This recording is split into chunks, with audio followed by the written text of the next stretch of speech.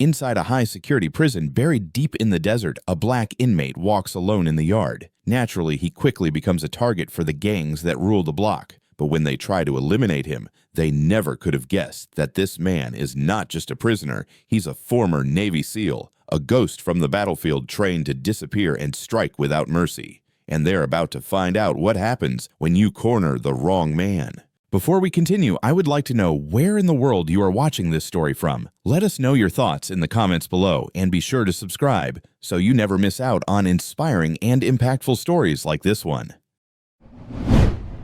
The air inside Red Ridge State Penitentiary hung heavy thick with sweat rust and quiet menace. Fluorescent lights buzzed overhead, casting a sickly yellow hue over cracked concrete walls and steel bars that reeked of time and despair. The clang of the entrance gate echoed like a gunshot as the new intake shuffled into the main block, eyes darting, shoulders hunched, trying not to stand out, most of them anyway. Among the group walked a man who didn't shrink back or search for safety in numbers. He moved with the calm purpose of someone who'd already seen the worst the world had to offer and survived it. His name was Malik Ghost Hayes. He stood out, not just because of his size, though at 6'3" and over 200 pounds of lean, sinewed muscle, he could have filled the cell block doorway on his own. It wasn't just the way his skin, deep brown and scarred with old memories, caught the light under the harsh bulbs. It wasn't even the way he walked, shoulders squared back, straight chin lifted, but the look in his eyes. Cold, still, calculating. A look forged in the heat of war zones and tempered in betrayal. Some of the older inmates recognized it. That look, this said, "I've been to hell already." "What else you got?" Malik didn't speak when the guard barked orders. He didn't flinch when a fellow inmate jostled him on purpose. He didn't smile when the intake officer read off his sentence, 15 years for felony drug trafficking and possession with intent. Instead, he stared straight ahead, letting the words wash over him like rain on steel. He knew the charges were false. He knew the setup had been clean professional, just enough evidence, just enough witnesses, just enough silence from the people who could have cleared his name. And he knew this place, this cage wrapped in concrete and barbed wire, was exactly where someone powerful wanted him to disappear. His cell was on the third tier of Block D, one of the rougher wings of Red Ridge. The walls were stained with decades of grime, the metal cot so thin it groaned under his weight as he sat, elbows on his knees, eyes scanning every inch of his new domain. There was no welcome here, just the hum of a flickering light and the distant sound of men shouting from behind thick steel. The scent was a mix of bleach mold and 1,000 unwashed bodies. Outside his cell, shadows moved past the bars, figures with hard eyes, tattoos etched like warnings, and laughter that didn't reach their eyes. They noticed him. Of course they did. A new fish who didn't flinch, didn't look scared.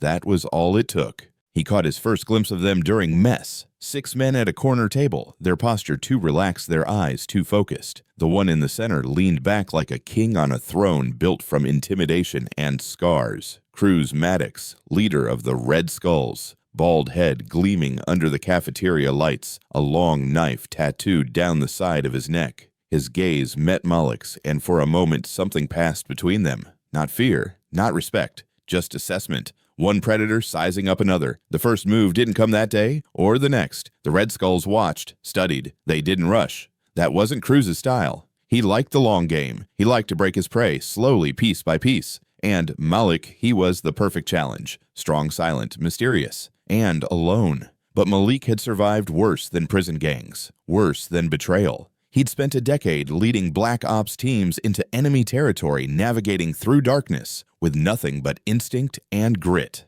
In Kandahar, they called him Ghost, a shadow who never missed, never hesitated, and never left a man behind. He didn't have weapons now, or comrades, or command. But he had discipline, he had awareness, and he had a reason to keep breathing. That night, after lights out, he lay on his back, staring at the ceiling, his mind racing. Not with fear, with calculation.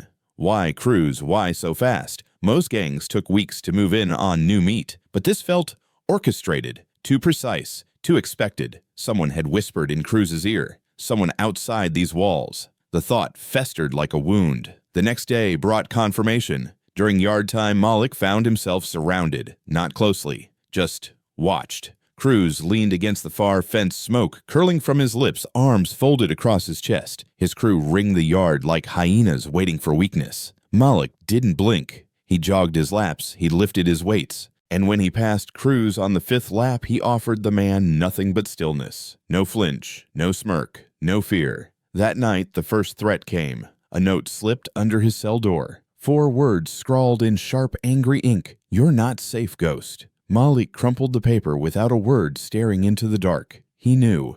This wasn't random. Someone wanted him dead. And Cruz Maddox was just the first wave. In the visitation room, Malik sat across from a thick plexiglass window, his hands resting calmly on the steel table. He didn't expect anyone, but when she walked in, something in him stirred. Sienna Clark, early 30s, caramel skin, sharp eyes behind thin framed glasses, hair pulled into a low bun, wore a blazer like armor, and carried herself like she didn't take shit from anyone.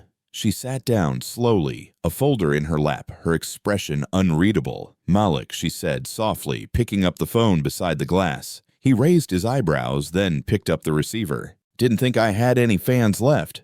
"You've got one," she replied, her voice clipped precise. "And I'm not here for small talk. I know you didn't do it." Malik stared at her, his face unreadable. "That right, I've been digging into your case. The evidence doesn't add up. No fingerprints on the stash. The witness recanted off the record, and the traffic cam footage from the day you were stopped missing." He exhaled slowly. "So, you think I was set up?" "I know you were set up," she said, her voice harder now, "and I think I know why. Horizon Corp. Ronald Kessler's been buying up land in South Ashbrook. You blocked his last big move with that veterans housing advocacy group you were part of. You embarrassed him in court. So he buried me in court the next chance he got." Malik muttered, his jaw tightening. Sienna leaned closer. "This prison is full of men who just want to survive their time. But you're not just a number, Malik. You're a threat. Someone doesn't want you to make it out of here. And from what I hear," she hesitated, "there's already a target on your back." Malik's gaze sharpened. "Cruz Maddox," he asked. She nodded. "He's been paid before.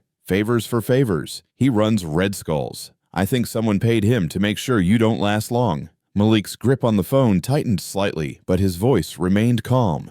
"Good to know." Sienna's voice softened just a touch. "You've got to stay alive, Malik. I'm working this from the outside. But if you don't make it, if they get to you, I won't be able to prove anything." He studied her for a moment, then nodded once. "Then I guess I'll have to give them a reason to be afraid." The guard behind him banged on the glass. Time was up. Sienna stood slowly, her eyes lingering on his. "You're not alone in this," she said. "Not anymore." As she walked away, Malik sat perfectly still. His mind was a storm of calculation, instincts, memory. He wasn't just fighting for his freedom now. He was fighting for his name, his future, and maybe, just maybe, for something bigger than himself. Outside, the sun dipped behind the razor wire walls of Red Ridge. Inside, the wolves were circling, and Malik Hayes' ghost was already plotting how to haunt them. The next few days inside Red Ridge moved like smoke, slow, choking, and full of tension that clung to every wall and shadow. Malik Ghost Hayes kept his head down, but not too low. He ate alone. He walked alone. He slept with one eye open and both fists clenched. But prison had a way of noticing you even when you tried to disappear, especially when someone wanted you noticed. The first sign came in the form of his tray at lunch, lukewarm beans, dry cornbread, and something off about the meatloaf. Malik didn't touch it. His nose caught the sour hint before the first bite. He slid the tray away without a word, stood up, and walked off. He didn't need confirmation. Just one glance at the Red Skulls laughing across the yard told him enough. They weren't subtle, but they didn't need to be. Fear worked better in the open. It escalated fast. A shove in the hallway when no guard was looking. A muttered threat near the showers. Someone smeared piss on his mattress one night while he was in the yard. Little things. Psychological warfare. They wanted to rattle him, make him lash out first, earn a trip to solitary, or worse. But Malik had seen worse tactics in villages halfway around the world. He didn't bite.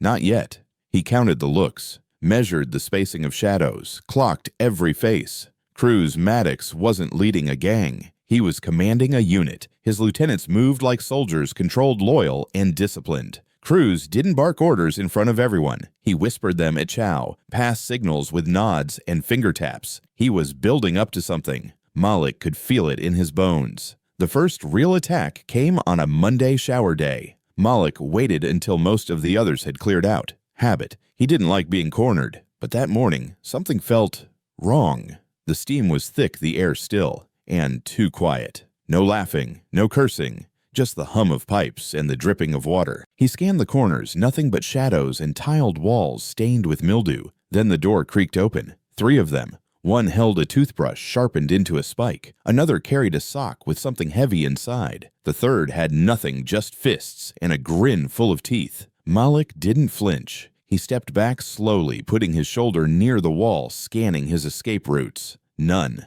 His clothes were in a pile by the bench. His only weapon was his body. The first one lunged. Malik pivoted, caught the wrist twisted. The shiv clattered to the floor. He slammed an elbow into the man's jaw, spun, but the second was already swinging. The sock cracked against his ribs. Pain bloomed white hot. He grunted, but kept moving. Survival was a dance, and he knew every step. He ducked a punch, drove his shoulder into the man's gut, flipped him over. But the third attacker hit him from behind, driving him into the wall. Malik's vision blurred. Fists rained down. A boot caught his thigh. Another hand reached for the dropped shiv. Then the door banged open like thunder. Enough! The voice was deep, sharp, commanding, the kind of voice you don't question. A baton snapped through the air, striking with brutal precision. One of the attackers yelped and dropped to the floor. Another tried to run too slow. The guard tackled him to the tiles. Malik staggered back, blood in his mouth chest, heaving eyes blinking through the haze. The figure loomed over him, black skin, salt and pepper beard eyes that knew war. Brooks Malik rasped. The man gave a tight nod. Damn right. Ethan Brooks, 44, ex-Marine, now a corrections officer at Red Ridge. He'd been with Malik in Mosul, back when things went to hell, and only instinct kept you alive. Malik had pulled him out of the rubble once, half his leg mangled. They hadn't seen each other in years. Brooks didn't say much, just looked Malik in the eye and said, "Stay down. I'll handle this." The attackers were cuffed and dragged out. Malik sat on the bench, blood trickling down his ribs, breath coming in shallow gulps. The steam still hissed around him, but the tension had broken. Brooks stood near the door, arms crossed, watching the hall. Later that night, back in his cell, Malik couldn't sleep. His ribs throbbed. He pressed a damp cloth against his side and leaned back against the wall, staring at the ceiling. His mind drifted unbidden to the past. The flash of muzzle fire in the desert, the smell of cordite, screams over comms, pulling Brooks out from under burning debris, and that kid, young, Afghan, holding a rifle too big for his arms. Malik had hesitated just 1 second, long enough to hear the shot, feel the heat graze his shoulder, and watch the kid go down from someone else's bullet. He hadn't talked about it since. Sometimes, late at night, he still saw the kid's face. Malik shook the thought loose. Back to the now. He knew what this was, a probe. Cruz was testing him, figuring out how hard he'd fight, how much it would take to break him. But Cruz had made one mistake. He left Malik alive. The next morning, Malik spotted Brooks in the hallway, pretending not to look his way. But Malik saw it, the slight nod, the subtle shift in posture. A quiet message. "I've got your back." Cruz, meanwhile, was lounging in the yard again, talking low with a man in a guard's uniform. Not Brooks. Someone else. Someone younger, white, twitchy. Money exchanged hands. Cruz lit a cigarette with a smirk and leaned back, eyes drifting lazily toward Malik. The message was clear. Round 2 was coming, and next time they wouldn't stop at bruises. But Malik wasn't the same man who'd walked into Red Ridge a week ago. He was bleeding, yes. But he wasn't broken. He was remembering who he was. And that was the most dangerous thing of all. The visitation room smelled like stale air and desperation. Fluorescent lights buzzed overhead as Malik Ghost Hayes sat at the cold metal table, his wrists resting loosely in front of him, palms open, but knuckles still bruised from the fight in the showers. His ribs ached with every breath, and the cut above his eyebrow stung where the skin split clean. But it was the silence that gnawed at him most, the kind that crawled under the skin, waiting to break you. He'd lived through combat zones where the quiet came right before the world went sideways. This felt the same. Then the door opened. Sienna Clark walked in like a breeze through concrete. Crisp navy blazer hair tied back, eyes sharp and focused as always, but this time with something else behind them, urgency. She slid into the chair across from him and picked up the receiver with a practiced hand. Malik mirrored the motion, the thick plexiglass between them, reflecting his tired, blood-streaked face. "Damn," she muttered under her breath. They got to you already? He gave a small, humorless smirk. They tried. Didn't quite finish the job. Sienna's fingers tightened around the phone. I told you they'd come fast. Yeah, well, I'm still breathing. That counts for something.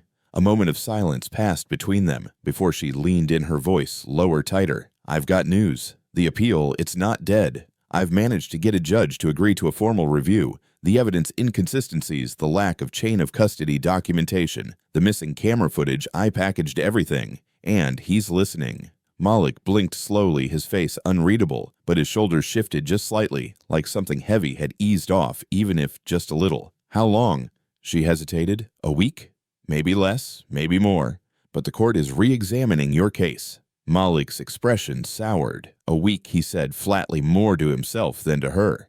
That's a long time in this place. I know, she replied quickly, almost cutting him off, but it's a shot, Malik. The first real one we've had. He leaned back in his chair, exhaling through his nose, his eyes scanning the edges of the room, the corners where guards stood pretending not to listen. Cruz isn't finished. That was a warning. Next time he won't send 3. He'll send 5, 10. Hell, the whole damn Red Skulls if he has to. Sienna's voice dropped again. I think I know why. That got his attention. His eyes snapped back to her. Talk. She opened her folder just enough to glance at the papers inside before closing it again, like she didn't want to risk them being seen. Ronald Kessler, real estate tycoon, owner of Horizon Corp.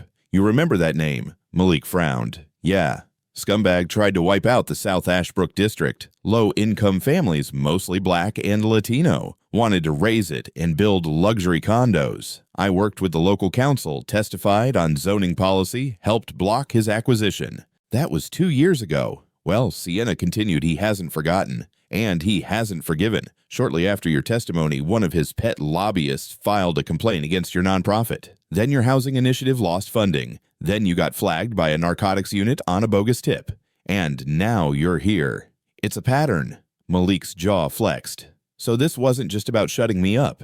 It was about erasing me completely. Sienna nodded grimly. Exactly. And I think he's the one who paid Cruz. Malik leaned in. Can you prove it? Not yet, she said carefully, but I'm close. If I can link Cruz to one of Kessler's shell companies, bank transfers, an attorney, even a burner phone, we can flip it. Malik rubbed the back of his neck, his muscles coiled like springs. That bastard. He didn't just want to ruin me. He wanted me gone so bad he hired a prison gang to do the dirty work. Sienna's voice was soft but steady. You hurt him. You humiliated him in public. You reminded people that money doesn't always win, and that made you dangerous. Malik let the words settle in the space between them. The rage was there, bubbling low in his chest, but it was tempered, sharp-focused, almost clinical. He'd learned in combat that rage without direction got you killed, but with a target, it could tear down empires. What happens if I don't make it to the hearing? He asked, quiet. You will, she said with such certainty it almost felt like a command. You just have to hold on.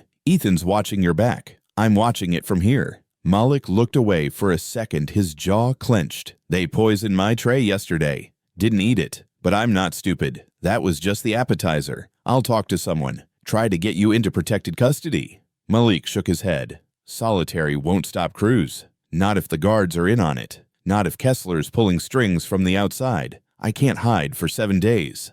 I need to fight smart. Sienna frowned, clearly unhappy with the idea. You mean go on the offensive? I mean, he said, voice steely, if they want to treat me like a threat, maybe it's time I reminded them what kind of threat I really am. A silence settled between them again. Sienna studied him, her lips pressing into a thin line. Then softer, almost a whisper, promise me you'll stay alive. He gave her a look. Not sarcastic, not dismissive, just raw. That's the plan. The buzzer sounded. Time's up. Sienna slowly stood, pressing her palm lightly against the glass. I'll be back in 2 days, with something concrete. Keep breathing, Malik. He nodded, once picked up the folder she'd slipped under the table. Just a few printouts. A list of shell corporations. One name circled in red ink. RK Development Holdings. His fingers tightened around the page. Cruz wasn't the architect, just the weapon. Malik Hayes had spent years serving his country, protecting people who couldn't protect themselves. He thought his war ended when he came home. He was wrong. As the door closed behind him and the guards led him back down the corridor, Malik didn't feel like a prisoner anymore. He felt like a soldier with a new mission. 7 days. That was all he needed, not to survive, to win.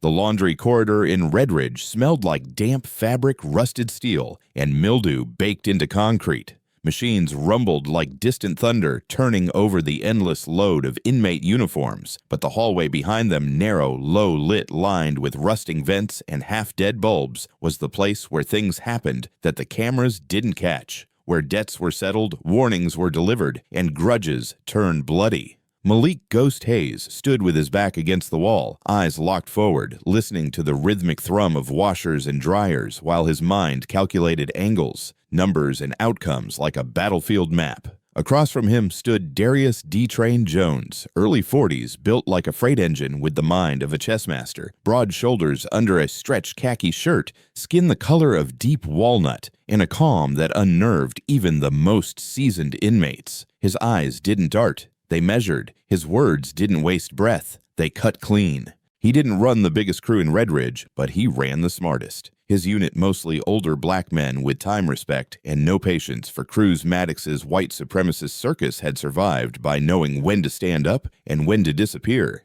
"I don't owe you," Darius said, arms crossed, voice low. "I'm not asking for a favor," Malik replied steady. "I'm offering an opportunity." Darius arched an eyebrow. "You want my guys to take on the Red Skulls? That's not an opportunity. That's a goddamn funeral." "I'm not asking for a war," Malik said. "I'm asking for a statement, one they'll remember, one that tilts the balance." Darius watched him a long moment. "Cruz ain't stupid. He doesn't move without knowing the outcome. And that's why we don't let him dictate the outcome this time," Malik said. "I've been watching his pattern, when his guys move, when he talks to guards. There's a window right here." Malik pulled a hand-sketched map from the waistband of his pants, unfolded it on top of a laundry cart. "He sends 2 lieutenants into this corridor at the same time every other day to handle someone. It's his little ritual. We cut that ritual off. Take out the arms. He starts bleeding power." Darius studied the map, then studied Malik. "You military boys, you don't sleep, do you?" "Not when they're coming for me." Silence fell between them. The machines kept churning heat, pushing out in waves from the dryers. Finally, Darius gave a slow nod. "You get 1 shot. No bodies, no weapons that leave wounds the guards can trace. If this blows back, I'm not catching it. We won't leave evidence," Malik said. "Just impact." 2 days later, it went down. The plan was built on timing, position, and silence, Malik's specialties. The corridor would be cleared except for 2 Red Skulls lieutenants, Gage and Strick, both known for cracking ribs and carving faces. Darius's crew, 2 guys named Reggie and Smoke, would handle crowd control near the entrance, throwing off any curious eyes. Malik would bait them in. The trap would spring in less than 2 minutes. Malik walked into the corridor like it was another chore, carrying a bin of rags, shirt rolled up to expose the bruises still healing along his side, sweat slick on his neck. He waited. They came right on cue. "Look who's strutting through the hall like he owns it."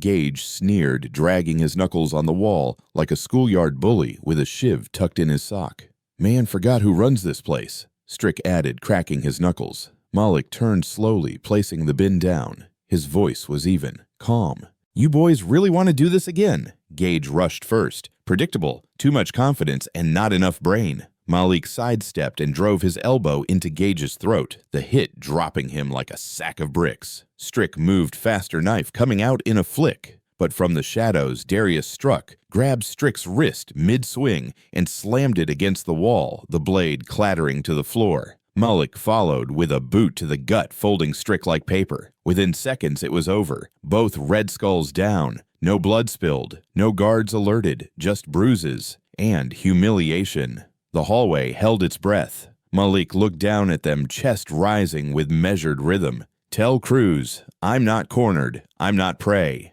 I'm the reckoning." Word spread like fire through dry brush. Cruz Maddox wasn't just angry. He was seething. He walked through the yard with a visible limp old injury flared up from stress, or maybe just the weight of losing face. His men flanked him tighter than before, but their eyes shifted now. Uncertainty where there had once been awe.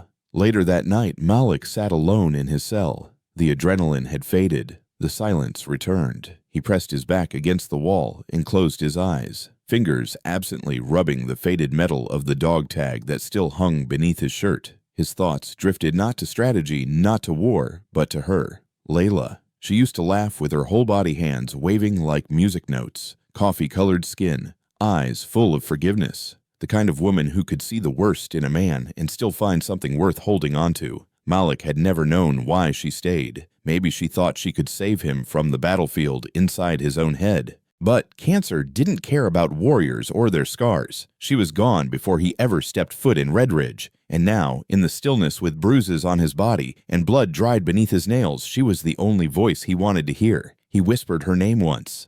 Just once. Then pushed the memory down like always, because sentiment didn't survive in cages. Only purpose did. And his purpose was far from finished. The day Malik Ghost Hayes walked out of Redridge, the sky was overcast, a blanket of muted gray that threatened rain, but held it back like the heavens were waiting to see what he'd do first. The cold air bit through his clothes, civilian clothes, now basic jeans, and a jacket the guards tossed at him without a word, as if freedom had to be dressed in scraps. The gate clanged behind him with a finality that echoed through his bones. For a moment he didn't move, just stood there staring at the parking lot like it might swallow him up. But the weight of steel was gone from his wrists, and the silence no longer meant danger. It meant possibility. A dark sedan idled at the curb. Sienna Clark stepped out, her coat wrapped tight against the wind, her face calm but alert. She looked like someone who hadn't slept in days but still refused to rest until the job was done.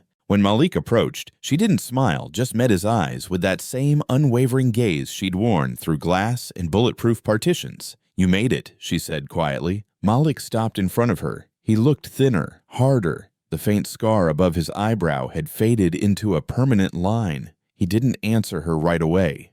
Just scanned the lot, scanned the sky, scanned the road, like he still expected someone to come sprinting out of the shadows with a shiv. Then his voice broke through low and gravel-edged. "I can't leave until I know who did this to me." Sienna didn't flinch. She knew he wasn't talking about Redridge. He was talking about everything that came before the planted drugs, the missing footage, the sealed testimonies. The hit ordered on his life inside a state-run facility. She nodded once, solemn. "Then let's go find out." They got in the car, and for the first 5 miles, neither of them said a word. The city rose slowly in the distance, its skyline fractured by cranes and glass towers, buildings Malik once saw as symbols of progress, now marred by the knowledge of who sat at the top.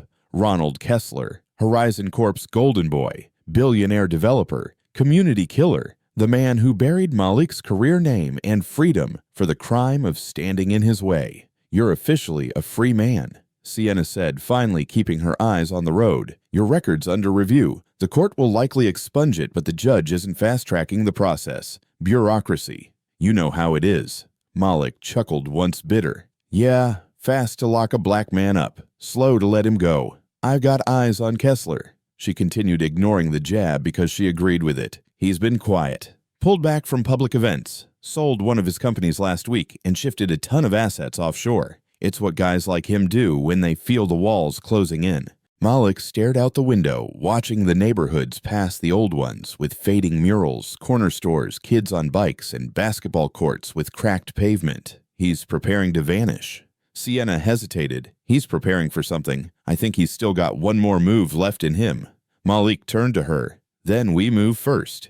They stopped at a small apartment in East Ashbrook, the kind of place no one tracked. 2 rooms, no lease paid in cash by one of Sienna's old contacts. It was clean enough. Malik walked in, set the duffel she'd packed for him on the table, and stood in the middle of the room for a long time. She gave him space. He didn't unpack, didn't sit. He just walked to the window and looked out. "You okay?" she asked from the doorway. "No," he said without turning, "but I'm functional." That night, Malik spread out everything they had on Kessler documents, photos, transcripts, redacted bank logs. He worked in silence, methodical, rebuilding the trail piece by piece. Sienna watched from across the room, occasionally adding a sticky note here, a correction there. Neither of them said it, but they both knew what was coming. This wasn't just about proving his innocence anymore. This was about exposing an empire. 2 days later, Malik walked the streets of downtown Ashbrook in a baseball cap and black hoodie, just another ghost in a city that forgot people fast. But his eyes never stopped moving. He hit up a list of names, old contacts, forgotten informants, People who had once owed him favors or just knew how to keep their ears to the concrete. One of them, Tommy Reyes, a former city clerk turned burnout, finally cracked. Over a cup of coffee and $100, he confirmed what Malik suspected. "Yeah, man, I remember the file," Tommy said, voice raspy from cigarettes and regret. "It came down the chain like it was God's word. You were flagged before you even hit the system. Case was already packaged before the ink dried. And guess who signed off on it?" Kessler Malik asked. Tommy shook his head. Judge Harold Paxton. But Kessler hosted his campaign fundraiser the year before. You do the math. Malik did. That night he brought the intel back to Sienna. "They framed you before the arrest even happened," she said, almost whispering. "Jesus, this was never just about you." Malik pointed to the red circle around Kessler's name. "It is now."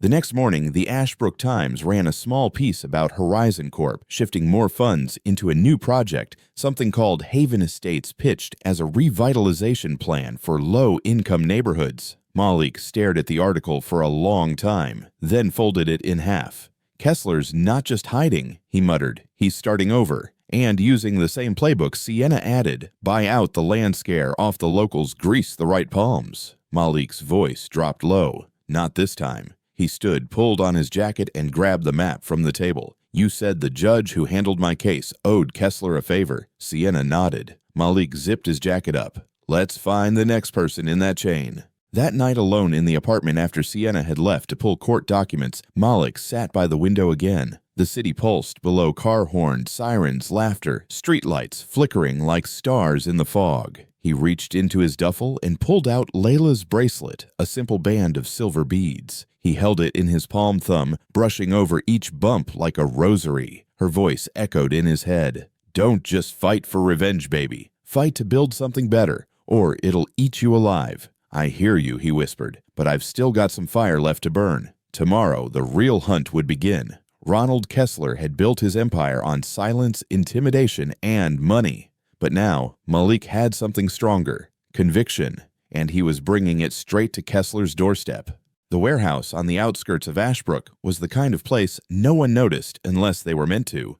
Old signage covered in grime, windows blacked out with plastic sheeting, no address listed, no cameras visible. But Malik Ghost Hayes had spent years moving through places like this. It screamed deniability. It screamed Haven Consortium. He stood across the street in the early dusk, watching. The intel had come from a name he hadn't expected: Miles Kessler Ronald's 25-year-old nephew. The kid had the jawline of a movie star and the spine of a politician's intern. He dressed in tailored suits and spoke like he was always being recorded. But Malik had cornered him 2 nights ago, just past midnight, in the parking garage beneath Horizon's downtown office. The echo of footsteps on cement had masked his approach until he was practically on top of him. Miles had gone pale the second Malik stepped from the shadows. "I just carry messages, man." He'd stammered, one hand up the other, fumbling with his keycard. "I don't know anything you don't have to know," Malik had said, pressing him back against a pillar. "You just have to show me." A little pressure, just enough for fear, not injury, and the kid cracked. Gave up the name of the shell company, the address of the warehouse, and most importantly, the payment logs stored on a local server. I wasn't part of anything he'd squealed. Ronald he told me it was a logistics holding company. He said I didn't need to know more, but you knew. Malik had said, his voice like cold steel. "And now you're going to live with that. Unless you try to warn him." Miles had nodded too fast, too desperate. Now Malik stood alone, the city's orange light bleeding into the sky behind him, his eyes locked on the warehouse door. He didn't carry a gun. He didn't need one. What he had was sharper focus, resolve, and the truth. The lock on the side entrance was older than it should have been. He popped it in 20 seconds, slid inside, and melted into the shadows. Inside the warehouse was vast and quiet rows of crates and industrial shelves casting long shadows under overhead lights that hummed and flickered. He moved through them like a ghost, scanning for signs of activity. Then he found it, a makeshift office in the back door, ajar, the glow of a computer monitor still on. He stepped inside. Stacks of hard drives, an open laptop, spreadsheets on the screen, wire transfers, hundreds of thousands, some marked with consulting, others with initials RKCMHC. It was all there. Proof that Haven Consortium was a laundering front. That money had flowed from Kessler's empire to Cruz Maddox's Red Skulls. Some transfers even predated Malik's arrest.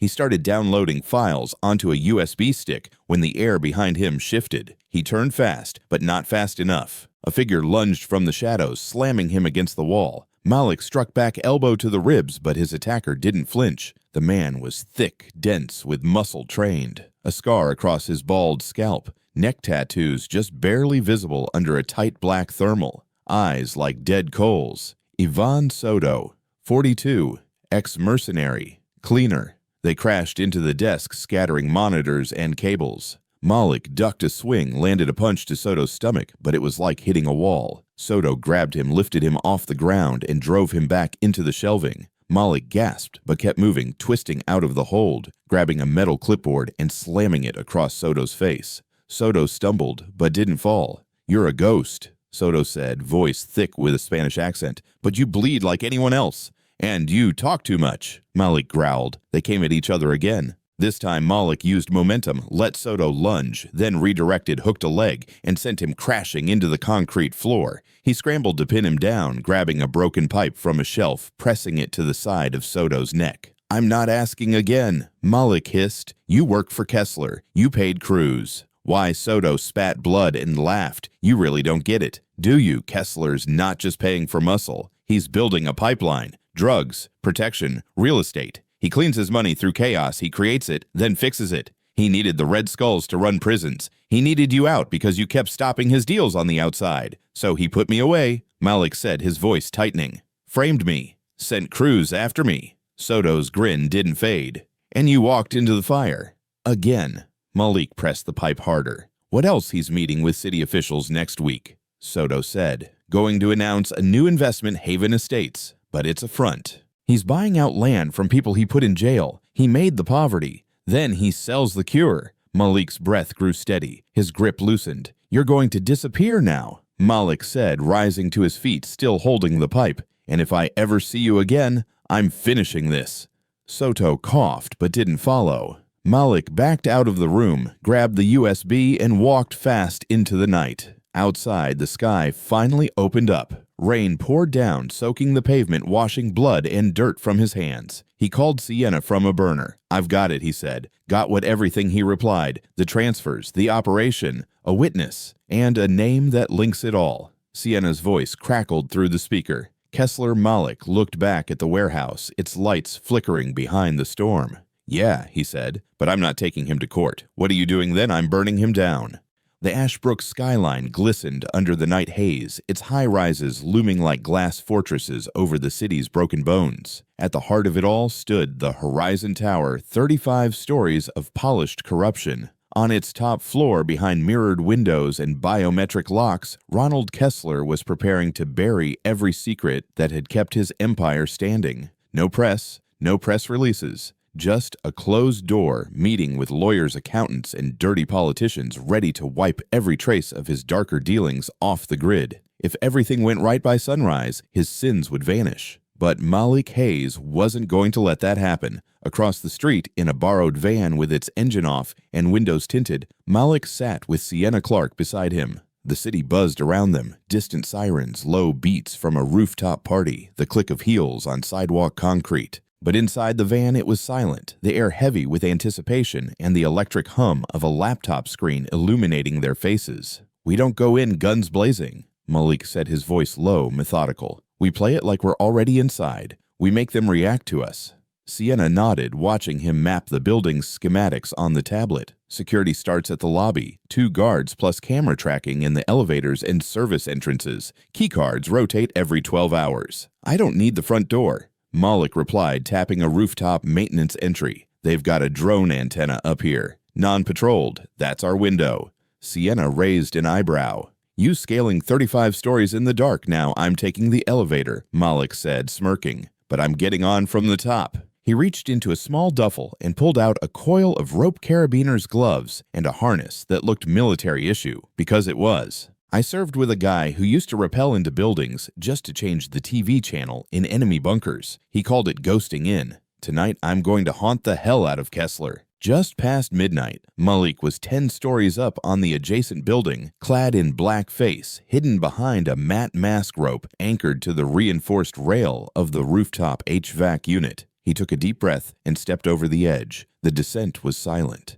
every motion deliberate, feet angled flat against the building, knees slightly bent. He counted windows as they slid past 32, 33, 34.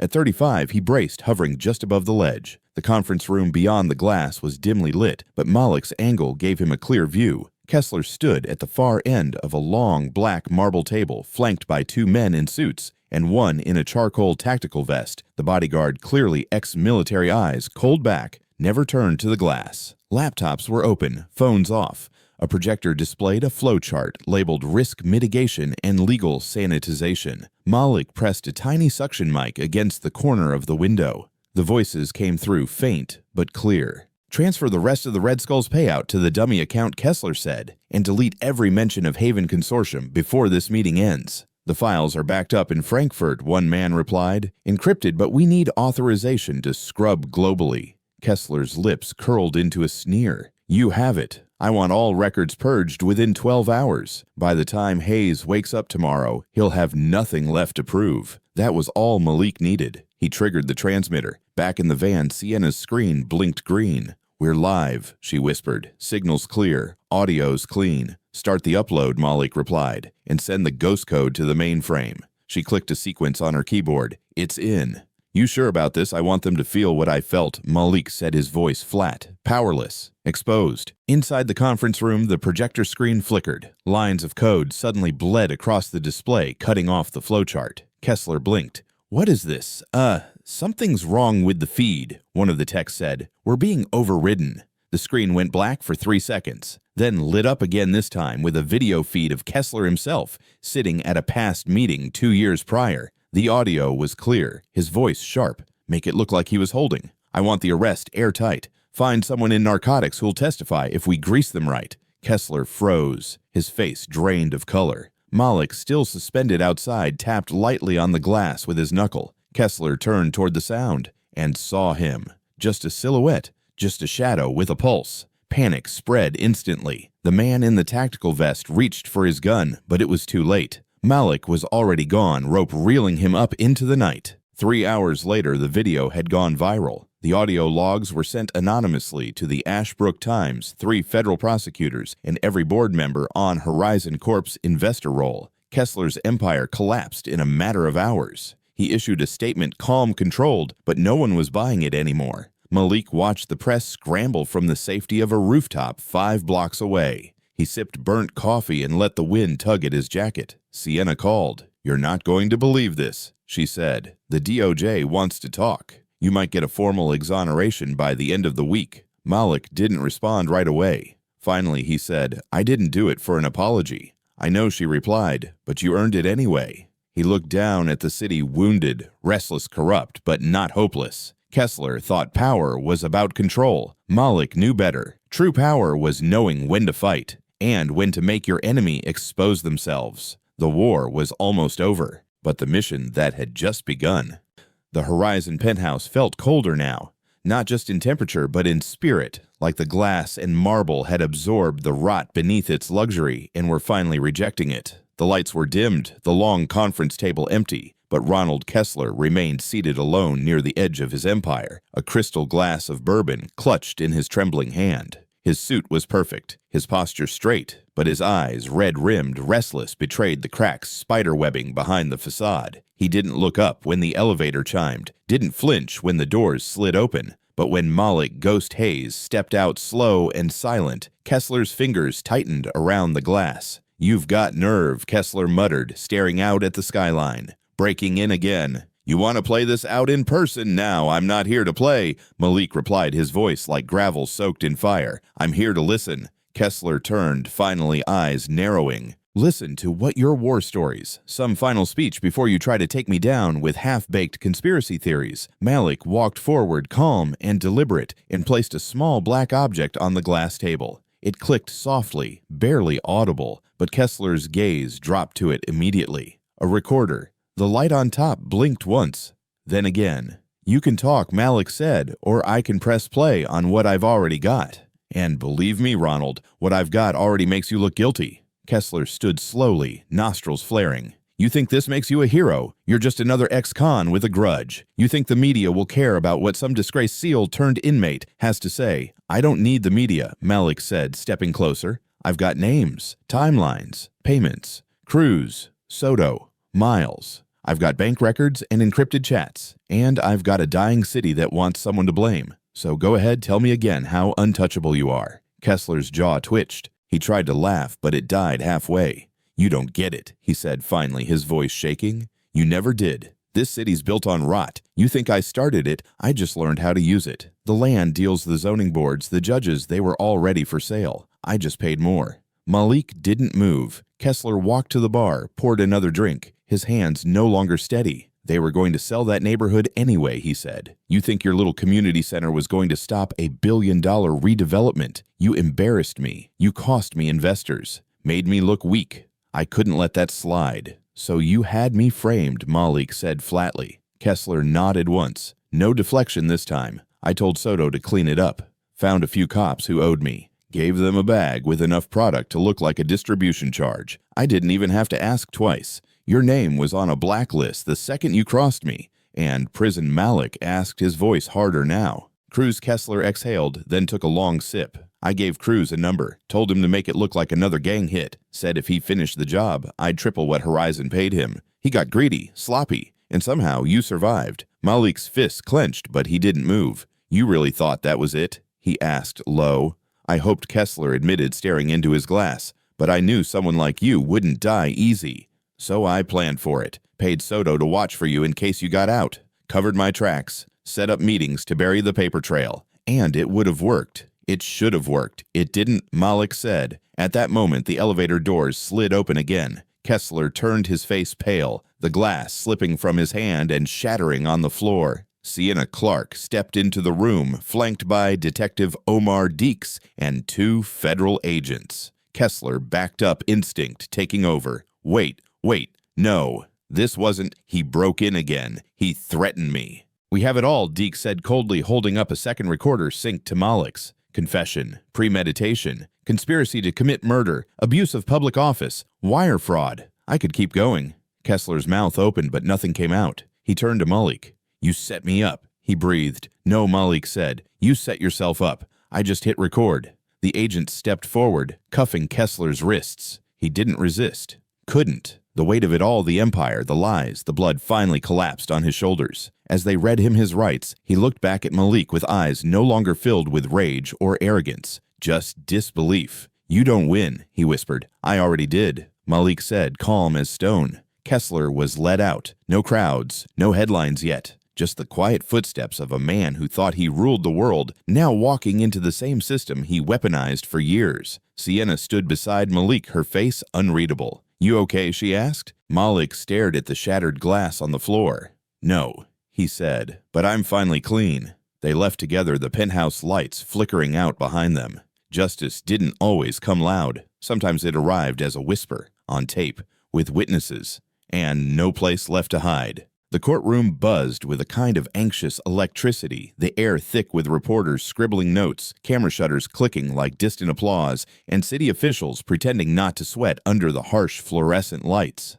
The seal of the state of California loomed behind the judge's bench like a silent witness, heavy with a justice too long delayed. At the center of it all sat Ronald Kessler, the once invincible real estate mogul, now clad in a muted gray suit that hung too loose on his frame, like the power had been drained right out of his bones. The gallery was full lawyers, activists, journalists, and a few familiar faces from the neighborhoods he'd once tried to erase. They came, not to watch justice begin, but to finally watch it land. On the front row, Malik Hayes sat tall in a black suit, crisp but understated his posture, calm but alert, his expression unreadable. Beside him was Sienna Clark, her hands folded tightly in her lap, eyes locked on the judge, like she might will him to speak faster. Judge Whitaker cleared his throat, his voice firm and clear, cutting through the murmurs like a blade. Ronald Kessler, you have been found guilty on 14 federal counts, including conspiracy to commit murder, bribery of public officials, racketeering, wire fraud, obstruction of justice, and attempted murder of a protected individual. These crimes not only defrauded this state, but endangered the lives of its citizens and subverted the very foundation of our legal system.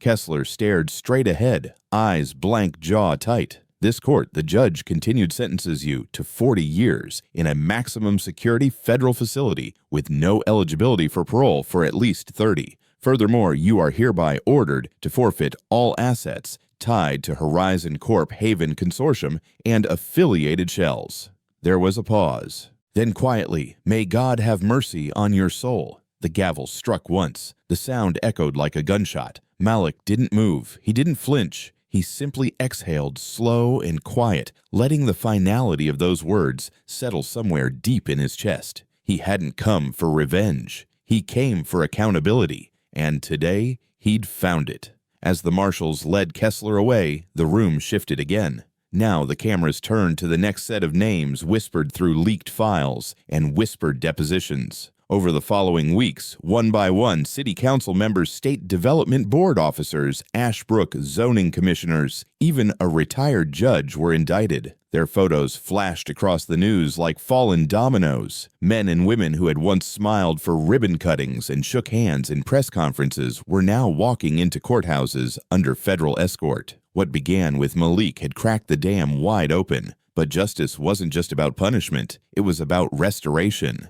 A week after the sentencing, Malik stood on the steps of the state capitol, the sky a pale blue, the air heavy with the scent of blooming jacarandas and flashbulb heat. A podium had been set up in front of the building, the state seal glimmering behind it. Reporters lined the stairs, and a small but growing crowd from Ashbrook had gathered, residents who remembered what he'd done for their community before he'd been branded a criminal. The governor stepped up first, flanked by the attorney general and the head of the State Department of Justice. He cleared his throat, reading from a prepared statement. "Today we publicly acknowledge the wrongful conviction and imprisonment of Malik Hayes. Evidence has now confirmed that Mr. Hayes was deliberately targeted and framed by a network of corrupt officials and private entities seeking to suppress his advocacy work and silence his community organizing." He paused, glancing toward Malik with something like remorse. "We failed you," the governor said, "and for that, on behalf of this state and its people, I offer our formal apology and commitment to full restorative justice." The applause that followed wasn't thunderous. It wasn't raucous. It was something more sacred. It was earned. Malik stepped forward, his shoulders square beneath the sun, his voice deep and steady as he addressed the crowd. "I don't want pity," he said plainly. "I want accountability. I want change. Not just for me, but for every man still sitting behind bars because someone richer decided his life was a stepping stone. I want laws that work for the people, not the few who think they own everything under the sky." He looked out at the rows of officials. "And I want this apology to mean something. Not a photo op, a promise. Because what happened to me, it's still happening. Just quieter, just smarter." Silence. Then another round of applause, this one stronger. After the speeches, Malik turned to Sienna as they walked down the steps. "Feels weird," he muttered. "What does she ask?" "Being free," he said. "Truly free. No cuffs, no shadows, no one watching from behind a glass wall." She smiled softly. "You earned it. Now go figure out what to do with it." He didn't answer right away, just looked up at the sky, let the sunlight warm his skin. He wasn't a convict anymore. He wasn't a ghost. He was Malik Hayes, exonerated veteran survivor truth-teller. And for the first time in years, he had tomorrow to look forward to. Not as something to survive, but something to build. The sun hung low over East Ashbrook, casting long, honey-gold shadows across the cracked sidewalks and faded murals that told stories no one in City Hall ever bothered to hear. Kids chased each other past chain-link fences. An old man watered his stubborn patch of green, waving absent-mindedly to anyone who looked like they still remembered the neighborhood as more than a statistic. The corner store still had the same busted neon sign, and the basketball court, the one Malik had helped fund a decade ago, was rusted at the edges, but full of life. Malik Hayes stood near the gate, watching the game unfold. He didn't wear a suit, no spotlight. Just a simple black T-jeans and boots worn smooth from years of battles fought in shadows. A few younger kids glanced at him curiously, but the older ones, those who remembered his name from stories whispered around kitchen tables, nodded at him with something that looked a lot like respect. This place had nearly been bulldozed under Kessler's vision. Condos, parking structures, concrete promises of urban renewal. But the people had stayed, had fought, And Malik knew in his bones that surviving wasn't enough anymore. It was time to rebuild. Later that afternoon, he walked the same path he'd taken years ago, past the burned-out building that used to be a community center. Only now it bore scaffolding, fresh plywood, and a bold banner that stretched across the entrance in crimson and white. Coming soon, Project Phoenix, a new future for justice-involved veterans and the wrongfully incarcerated. The name wasn't a coincidence. Malik had chosen it carefully. Phoenix because he hadn't just escaped the fire, he'd risen from it. Inside the building still smelled of sawdust and paint thinner. Volunteers moved like clockwork, stacking boxes, wiring security cameras, laying out tables for intake interviews. Malik moved through them with quiet efficiency, greeting people with a firm handshake or nod, never needing to explain who he was. They knew.